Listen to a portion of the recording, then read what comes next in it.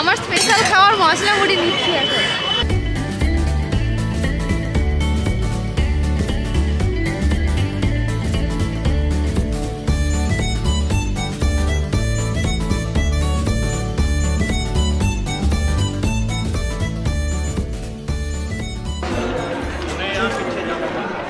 আজকে আমাদের দুপুরের লাঞ্চ মেনু হচ্ছে চাউমিন।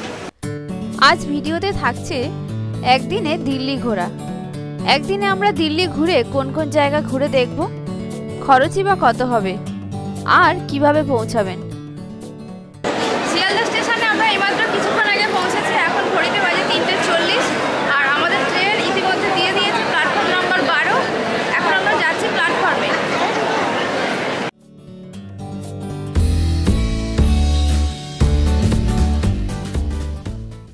আমরা গিয়েছিলাম শিয়ালদা থেকে 12313 রাজধানী এক্সপ্রেস ধরে। আপনারা চাইলে অন্য ট্রেনেও যেতে পারেন, যেমন হাওড়া থেকে রাজধানী এক্সপ্রেস, নেতাজি এক্সপ্রেস, এছাড়া আরও অনেক ট্রেন আছে। যদি শুধুমাত্র দিল্লি ঘুরতে চান তাহলে দিল্লিতে গিয়ে কম করে 2 দিন থাকতে হবে। দিল্লিতে 2 দিন থেকে তারপর ওখান থেকে ঘুরে মোটামুটি সমস্ত জায়গা কমপ্লিট হয়ে যাবে। এইমাত্র আমরা ট্রেনে উঠে পড়েছি। এখানে আমাদের সিট নাম্বার হচ্ছে 7, 8 আর এখানে 1। আর যাত্রী আজকে 1, 2, 3 আর আমার হাজব্যান্ড, 4 জন।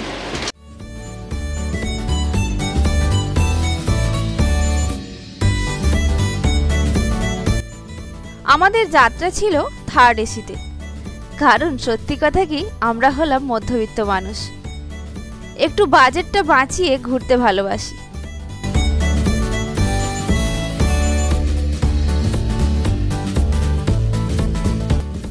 একদিকে ছিল ইন্ডিয়ান টয়লেট আর অন্যদিকে ছিল ওয়েস্টার্ন। দুটো বাথরুমই পরিষ্কার ছিল।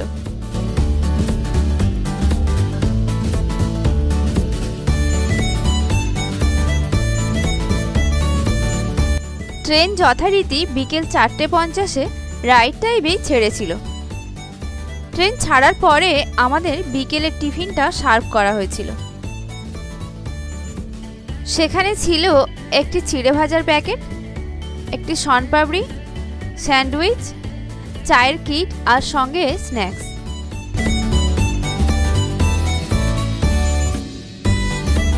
এখন ঘড়িতে বাজে 6:50 আর এইমাত্র আমাদের ট্রেন দুর্গাপুর থেকে ছেড়ে যাচ্ছে। ঠিক রাত্রি 8টার সময় ডিনার এলো। ডিনারে ছিল দই, ভাত, ডাল, সবজি আর সঙ্গে চিকেন। এখানে ভেজ অথবা নন ভেজ দুটোর মধ্যে যে কোনো একটা অপশান আপনি চুজ করতে পারবেন।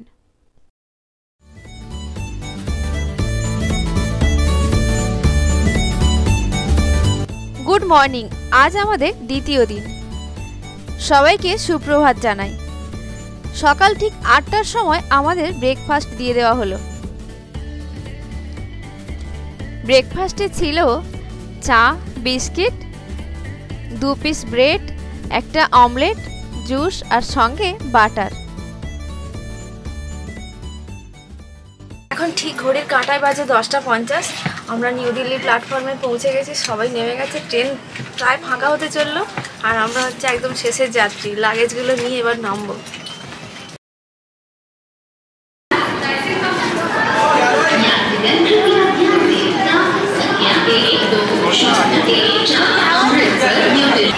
প্ল্যাটফর্ম থেকে আমরা বেরিয়ে তো এলাম, কিন্তু তারপরে গাড়ি নিতে অনেকটা দেরি হয়ে গেছে। এখন প্রায় 11:30 বাজতে চললো। ঠান্ডা মোটামুটি আছে, খুব একটা গরম নয়, তবে ঠান্ডাই আছে। ওয়েদারটা ভালো, ঘুরতে বেশ আরামই লাগবে মনে হচ্ছে। গাড়ি নেওয়া হয়ে গেছে, আমরা এবার ঘুরতে বেরোবো।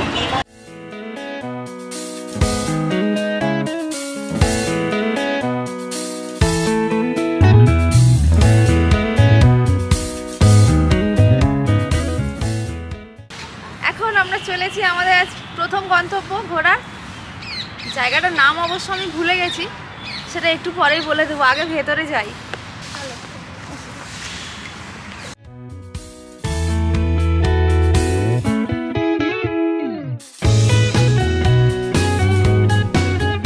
এই এই জায়গাটি হলো সাফারজাং টপ। ভেতরের পরিবেশটি ছিল দুর্দান্ত। প্রবেশ মূল্য হলো বড়দের মাথাপিছু 25 টাকা। 15 বছরের নিচে কোনো রকম টিকিট লাগে না।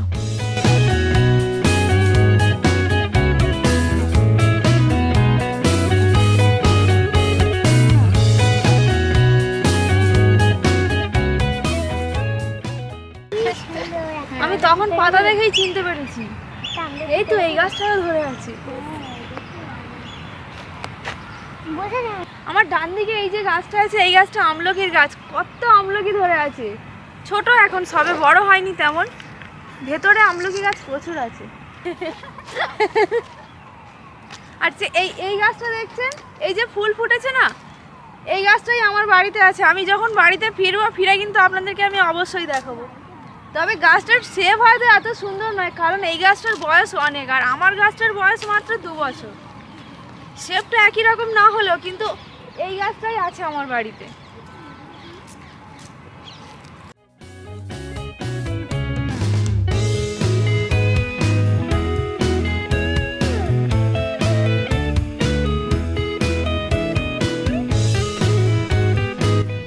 এখানে ঘোরার জন্য হাতে বেশ খানিকটা সময় রাখবেন। ভেতরে অনেক বসার জায়গা করা আছে, সেখানে বসে কিছুক্ষণ এই পরিবেশকে উপভোগ করতে পারলে তবেই ভালো লাগবে।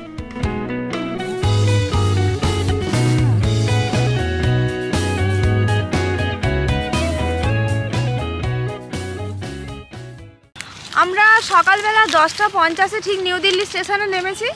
ওখান থেকে নামার পরে বাদবাকি সময়টা নষ্ট না করে, কারণ রাত্রি 8:40-এ আবার আমাদের ট্রেন আছে, সেই সময়টা নষ্ট না করে সকাল 10:50 থেকে বেরিয়ে আমরা প্ল্যাটফর্ম থেকে তারপর গাড়ি নিয়ে 11:30টায় ঘোরা শুরু করেছি। শেষ কখন হবে জানি না, তবে রাত্রি 8:40-এ আবার ট্রেন আছে, তাই বাদবাকি মাঝখানের এই সময়টা কাজে লাগাচ্ছি। তাই দিল্লির সাইট সিনগুলো এই সময় কমপ্লিট করে নিচ্ছি। আপনাদের কারোর হাতে যদি সময় থাকে তাহলে সময়টা নষ্ট না করে ঠিক এইরকমভাবে সময় বাঁচিয়ে দিল্লির সাইট সিনটা করে নেবেন। তাতে কি হবে, ঘোরা হয়ে গেল, উল্টে সময় অতিরিক্ত লাগবে না। আমি এখন এখানে এসে 3টে আমলকি ঘুরাতে পেরেছি। সাফদারজংয়ের এই সমাধি বেলে পাথর এবং মার্বেল পাথর দিয়ে তৈরি। এটি 1754 সালে মুঘল সাম্রাজ্যের শেষের দিকে নবাব সাফদারজংয়ের জন্য নির্মিত হয়েছিল। গম্বুজযুক্ত, খিলানযুক্ত লাল, বাদামি এবং সাদা রঙের কাঠামোর সাথে স্মৃতিস্তম্ভটির প্রশস্ততার পরিবেশ এবং একটি মনোমুগ্ধকর উপস্থিতি রয়েছে।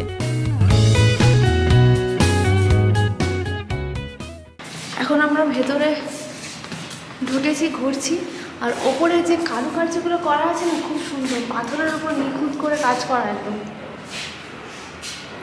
ওই ওপরে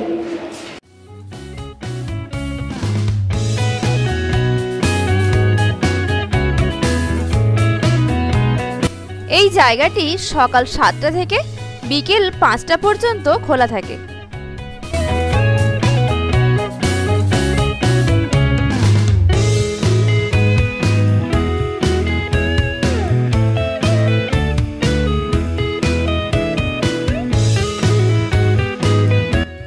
সিঁড়ি বেয়ে ওপরে ওঠার পর জায়গাটি ছিল অনেকটাই প্রশস্ত, যেখানে আমার মেয়ে প্রায় ছুটোছুটি করতে শুরু করে দিল।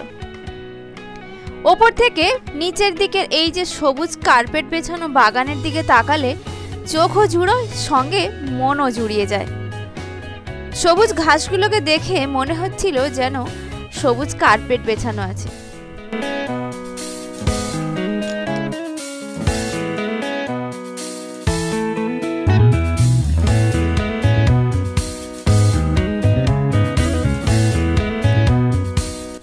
এখান থেকে বেরিয়ে আমরা প্রায় বেলা 12টা নাগাদ গুপ্তা মার্কেটে আসি লাঞ্চের জন্য।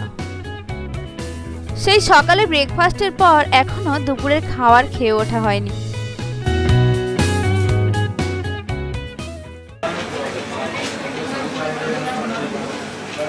আজকে আমাদের দুপুরের লাঞ্চ মেনু হচ্ছে চাউমিন, ভেজ চাউ নেওয়া হয়েছে।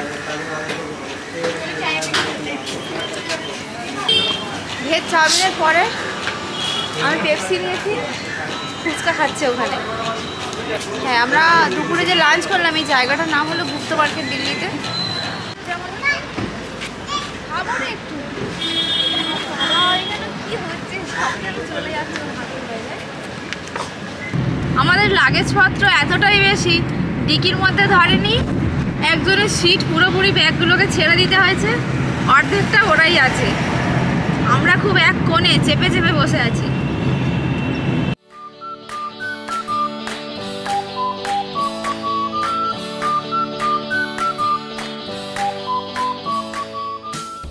আমরা এখন এসেছি কুতুব মিনার। কুতুব মিনারের ভেতরে প্রবেশ করব। আর এইটা হচ্ছে কুতুব মিনার পার্কিং। এখানে সব ছোট গাড়ি, বড় গাড়ি, এমনকি যে গাড়িতে করে পুরো দিল্লি সাইট সিনগুলো করানো হয় সেই গাড়ি ওই যে পার্কিং করছে ওখানে। আর টিকিট কাউন্টারটা ঠিক পার্কিং থেকে ডান দিকে।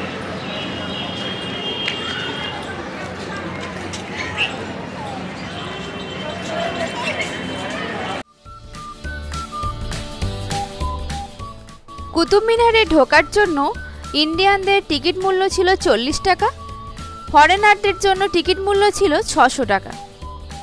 ক্লক রুমও ঠিক এর পাশেই আছে, সেখানে ব্যাগ, লাগেজ সব কিছু রেখে আপনি নিশ্চিন্তে ভেতরে প্রবেশ করতে পারেন।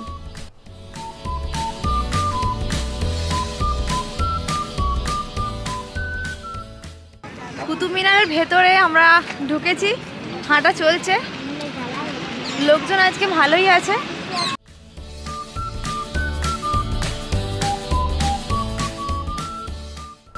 কুতুব মিনার সপ্তাহের 7 দিন খোলা থাকে, সকাল 7টা থেকে বিকেল 5টা পর্যন্ত।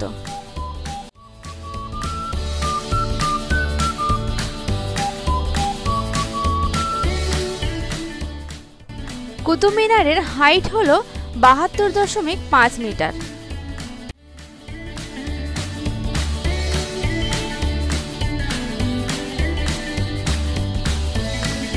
এই মিনারটি 13 দশকের গোড়ার দিকে শুরু হয়েছিল।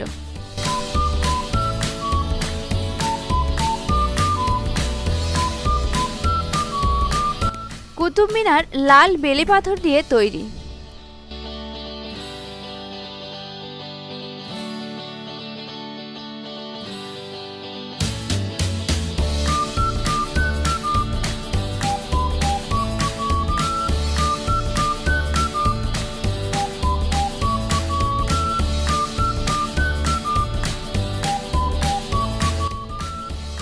দিল্লি ঐতিহাসিক জায়গা হওয়ার কারণে প্রচুর বিদেশি মানুষজন আসেন এখানে ঘুরে দেখতে।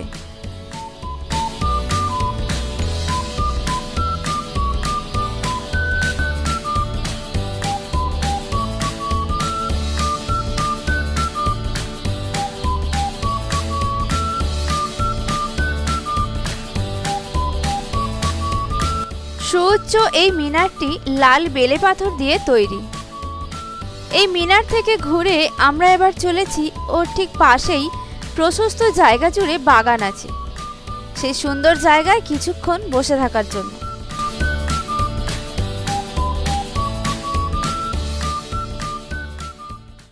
কুতুব মিনারের ভেতরে প্রবেশ করার জন্য টিকিট নিয়েছে 40 টাকা করে জন প্রতি। আর 15 বছরের নিচে কোনো টিকিট লাগে না। আর লাগেজপত্র সামনে কাউন্টার আছে, ওখানে রেখে দিয়ে আসবেন। আর যখন আসবেন হাতে একটু সময় নিয়ে আসবেন। ভেতরে পরিবেশটা খুবই সুন্দর, একটু সময় লাগবে ঘুরতে, খুব কম হলেও 30 মিনিট তো লাগবেই ঘুরে দেখতে।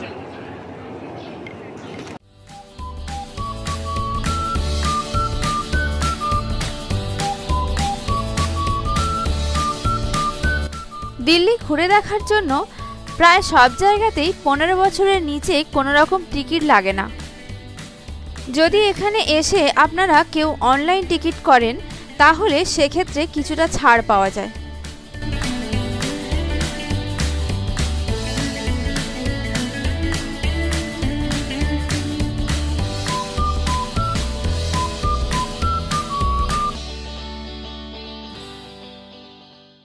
এখন আমরা চলেছি হুমায়ুন টমে, গাড়ি ভেতরে পার্কিং করে দিয়েছে। আমরা যাবো, টিকিট কাটবো, তারপর ভেতরে ঢুকবো।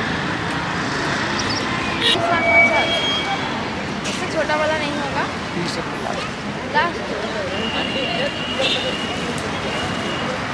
नॉर्मल तीखा नॉर्मल। আমার স্পেশাল খাওয়ার মশলা মুড়ি নিচ্ছি এখন।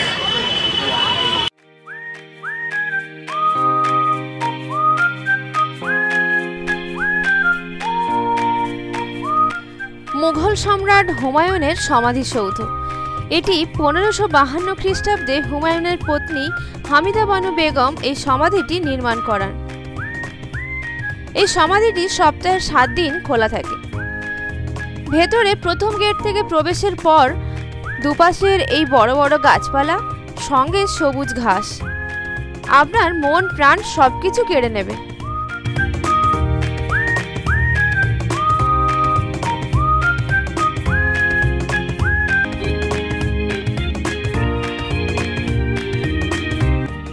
লাল বেলে পাথরের তৈরি এই সমাধিটি 1993 সালে ইউনেস্কো বিশ্ব ঐতিহ্যবাহী স্থান হিসেবে ঘোষিত হয়।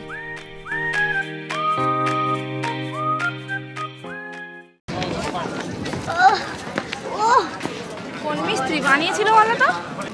আমরা এখন হুমায়ুন স্তম্ভের ওপরে উঠেছি। সিঁড়ি খুব বেশি নয়, কিন্তু সিঁড়িগুলোর হাইট অনেকটা, তো সেই জন্য একটু হাঁপিয়ে গেছি। ওপর থেকে এই গার্ডেনটা যে দেখা যাচ্ছে খুব সুন্দর করে সাজানো, আর আমরা ওই গেটটা থেকেই এলাম।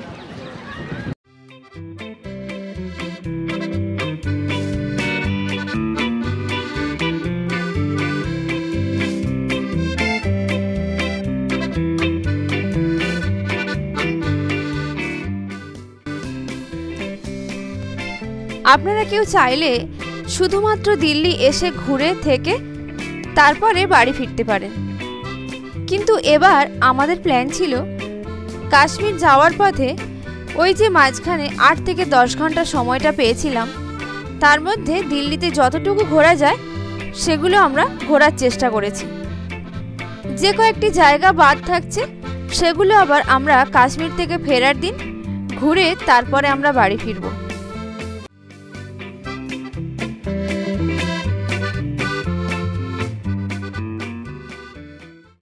আমরা যখন নিচ থেকে ওপরে আসছিলাম তখন কিন্তু দেখে মনে হয়নি যে ওপরটা এতটা বড়। ওপরে ওঠার পরে বোঝা যাচ্ছে যে কতটা চওড়া এবং চারিদিকে বাগানটা আরও বেশি সুন্দর। পুরো মনে হচ্ছে যেন সবুজ কার্পেট দিয়ে মোড়া আছে, ঘাসগুলোকে এত সুন্দর করে কেটে রাখা হয়েছে।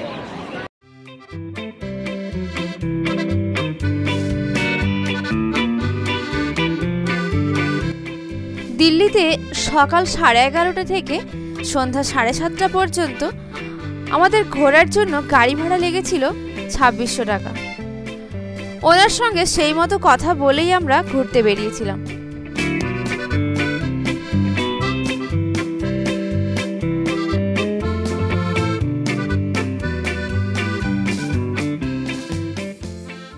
এখন আমরা চলেছি ইন্ডিয়া গেট দেখতে, আর আমাদেরকে গাড়ি নামিয়ে দিয়েছে ঠিক এইখানে।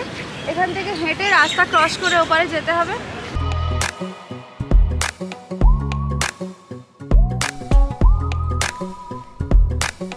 ইন্ডিয়া গেটটি যেহেতু রাস্তার ওপারে অবস্থিত, তাই আমাদের রাস্তা পেরোতে হবে।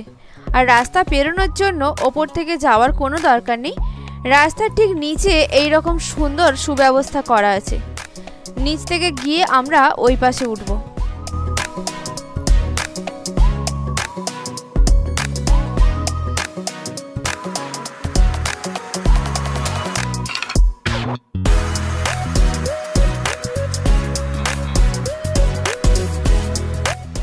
ইন্ডিয়া গেট 24 ঘন্টাই খোলা থাকে। সন্ধ্যা 6:30টার সময় প্রতিদিন এখানে একটি লাইট শো হয়, যেটি দেখতে ভীষণ ভালো লাগে। সে ভাগ্য আমাদের এবার আর হলো না।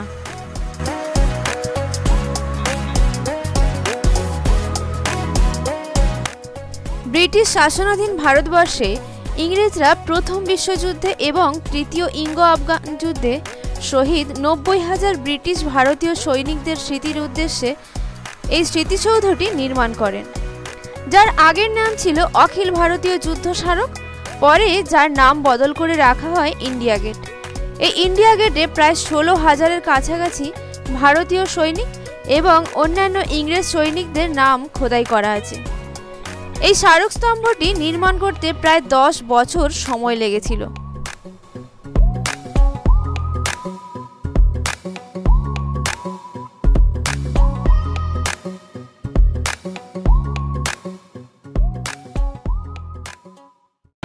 এখন যাচ্ছি বাংলা সাহেব গুরুদ্বারা। ভেতরে এই সিঁড়ি দিয়ে ওপরে উঠতে হবে, ওপরে ওঠা চলছে। আর ওঠার সময় অবশ্যই মনে করে এরকম স্টোল অথবা রুমাল টুমাল কিছু থাকলে মাথায় বাঁধার জন্য নিতে হবে, না হলে ওখান থেকে ফেটটি নিয়ে মাথায় বেঁধে তারপর ভেতরে ঢুকতে হবে।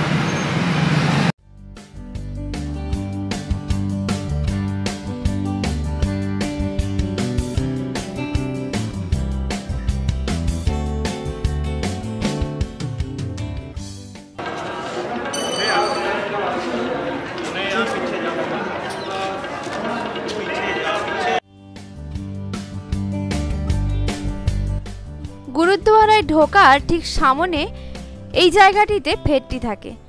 এখান থেকে পছন্দ মতো একটি ফেটটি নিয়ে মাথায় বেঁধে ভেতরে প্রবেশ করুন। ভেতরে কোনো রকম ক্যামেরা অ্যালাউ নেই, তাই ভেতরটা আমি দেখাতে পারলাম না।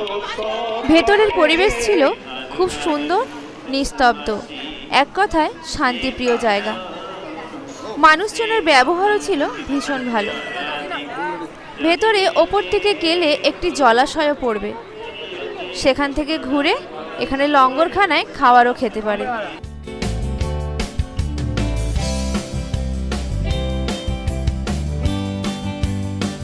ভেতর থেকে আমরা ঘুরে এলাম, আর ভেতরে কোনো রকম ক্যামেরা অ্যালাউ নেই বলে ভেতরে আমি আর কিছু দেখাতে পারিনি।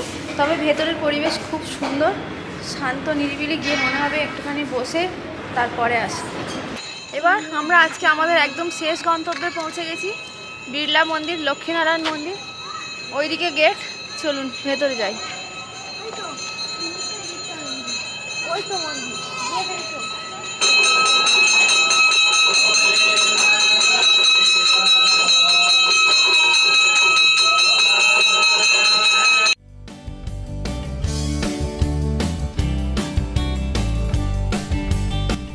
এই অংশটি হলো বিড়লা মন্দিরের ঠিক পেছনের দিকটা।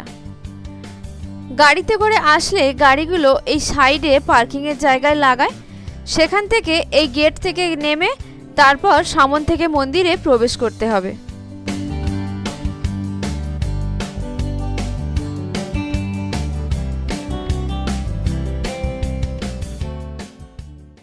আজকের মতো আমাদের ঘোরা এখানেই শেষ। আর আপনারা আসলে এখানে শু স্ট্যান্ড আছে, সেখানে তার পাশেই আছে একদম মোবাইল ক্যামেরা জমা রাখার জায়গা। ওখানে বিনামূল্যে আপনারা ওগুলো জমা রেখে দিয়ে ভেতরে দর্শন করবেন। ভেতরে লক্ষ্মীনারায়ণ মন্দির আছে, সঙ্গে ভগবান মহাদেবেরও মূর্তি আছে। দর্শন করে আসুন। রাত্রি 9টা পর্যন্ত মন্দিরটি খোলা থাকে। আর এখন আমরা চলেছি স্টেশনে। বিড়লা মন্দির দর্শন দিয়েই আজ আমাদের ঘোরা এই পর্যন্ত। ফিরছি পরের দিন। দিল্লি থেকে ট্রেন ধরে আমরা পরদিন সকালে পৌঁছে যাব বৈষ্ণোদেবী, মাতা বৈষ্ণোদেবীর দর্শনে। আপনারা সবাই খুব ভালো থাকবেন আর সব সময় মনের কথা শুনে চলবেন।